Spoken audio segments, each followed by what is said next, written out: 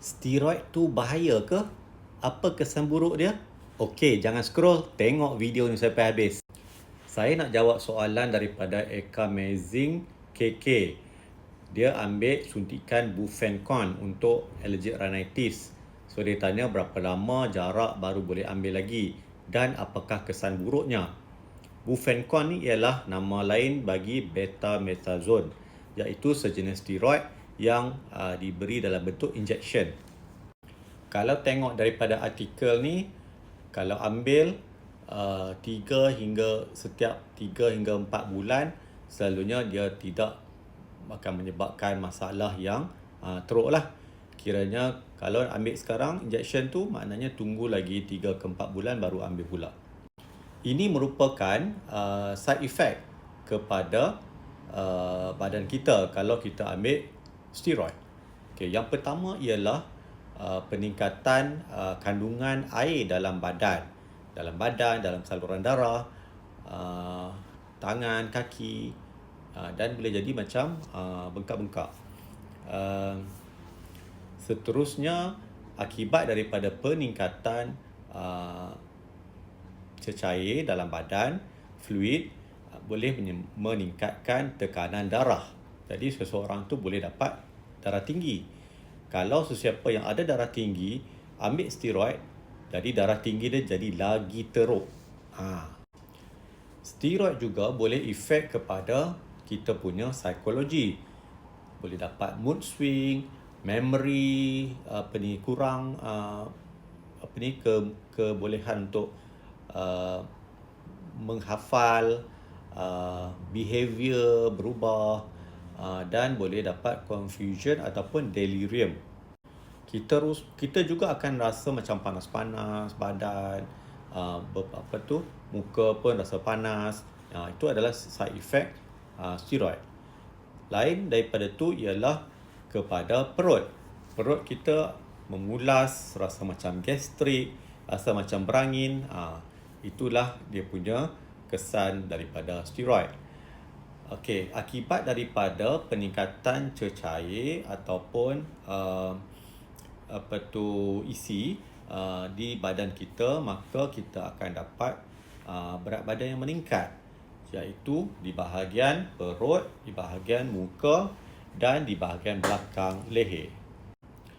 Untuk sesiapa yang ambil steroid jangka masa yang lama, dia boleh efek kepada mata, iaitu katarak dan juga glaukoma.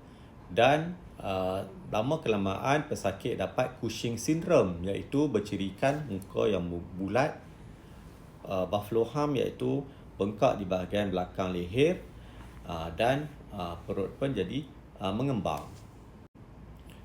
Seseorang tu boleh dapat kencing manis akibat daripada pengambilan steroid yang lama. Kemudian senang dapat jangkitan kuman, paru-paru ataupun luka, dan lambat sembuh. Boleh dapat infection pada kulit. Selain daripada tu, boleh dapat osteoporosis, dan juga tulang kita jadi nipis dan senang patah.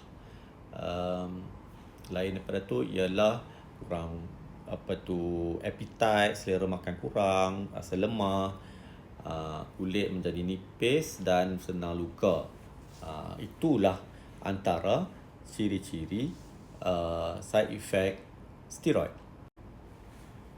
Pesakit alahan hidung, saya sangat-sangat tak galakkan ambil injection steroid, sebab injection steroid ni dia banyak side effect dia. Sedangkan alahan hidung ada ubat steroid yang kita boleh guna dalam bentuk spray. Kalau spray hidung, contohnya macam Nasonex, Avamys, Elonite, Nasacort, jadi steroid dalam bentuk spray ni dia sangat kurang side effect.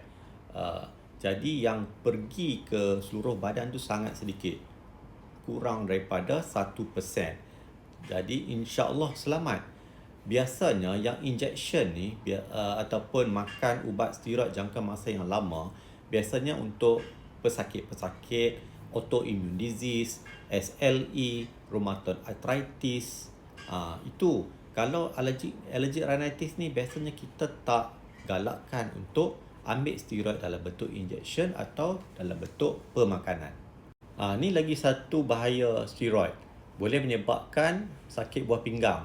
Ini contoh kalau bodybuilder dia ambil steroid yang berterusan untuk meningkatkan dia punya otot. So lama kelamaan boleh dapat sakit buah pinggang. Okey, semoga bermanfaat. Assalamualaikum.